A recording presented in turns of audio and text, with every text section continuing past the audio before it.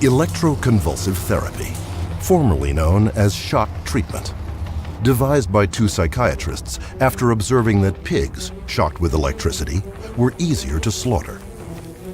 Using a device that has managed to avoid scrutiny by the FDA for one reason. For only a few cents worth of electricity, ECT machines deliver a devastating jolt to the brain that earns the psychiatric industry $1.2 billion year after year. In spite of being exposed in popular media and the public outrage it earned, with the help of a new name and a worn-out advertising slogan, new and improved, electroconvulsive therapy remains today a broadly used, highly dangerous, and very lucrative form of treatment for individuals suffering from emotional hardship. While its manufacturers continue to avoid FDA testing to determine whether or not it is a hazard to public health, the billions in profits keep rolling in. Today, psychiatrists give ECT to 1 million people worldwide every year. The main misconception that people have about ECT is that it's new and improved. The new and improved refers strictly to these cosmetic improvements because, in fact, they make it easier on the witnesses. The person isn't shaking all over the table. They're paralyzed now. It isn't new, it isn't improved, it is worse. I had nothing in my brain. I didn't know where I was. I don't remember my husband. I don't remember my mother. I don't remember my sister. Your mind has been raped. It's no different than if I was bodily raped. I was raped. I had attempted suicide because I was so depressed because I just wasn't what I used to be. It wiped out my life. It's a torture. And in many countries, torture is exactly its purpose.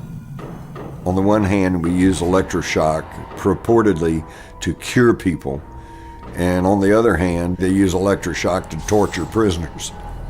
But while stories of prisoners tortured with electroshock are well publicized, the amount of electrical power psychiatrists dole out for treatment is up to 33 times greater.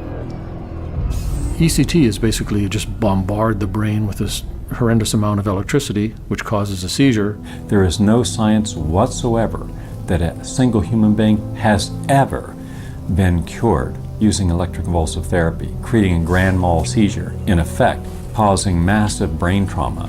I've never seen anybody long-term who's had electroshock treatment who hadn't suffered a lot of problems psychologically, mentally, memory-wise.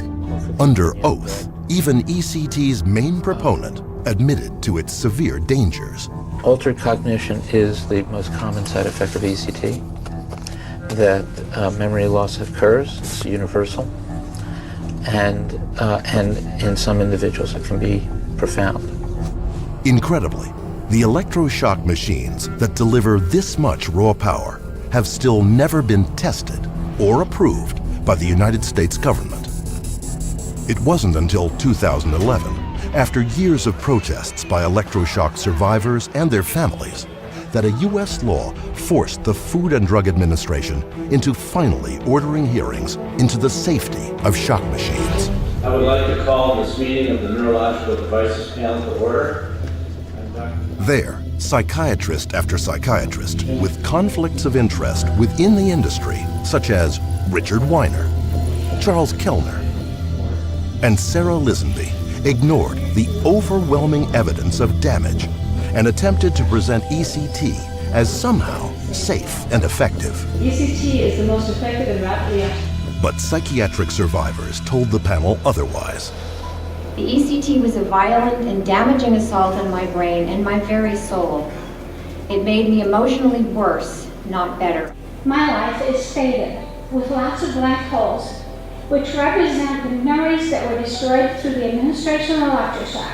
I don't remember my wedding day. I don't remember my husband putting a ring on my finger. I argued with a psychiatrist and he dumped me in the locked ward and shocked me 5 times. I became violent. I tore my nails off, dragging them to the door. And he said after 5 times, he said, sometimes they don't help. Actually, psychiatrists kill people with electroshock. 100,000 dead and countless others so brain damaged they have no hope of ever recovering a normal life. We're doing things to the brain in psychiatry that have got to be more toxic and more damaging than concussions. There's no possibility that we're not. And we don't study it, we don't really understand it, we just barge ahead. It's damaging. It ruins memory. It changes personality. It increases suicide rates. It doesn't save anyone's life. It destroys lives. Though the U.S. Food and Drug Administration has never deemed the ECT machine safe and effective, psychiatrists and the makers of these machines are once again trying to avoid testing them. They're trying to reclassify them into the same safe and effective category as wheelchairs, without any testing and in spite of all the evidence and testimony you've just seen. We need to send a message that we will not stand for this. Make a public comment to the FDA now to put a stop to this abusive practice.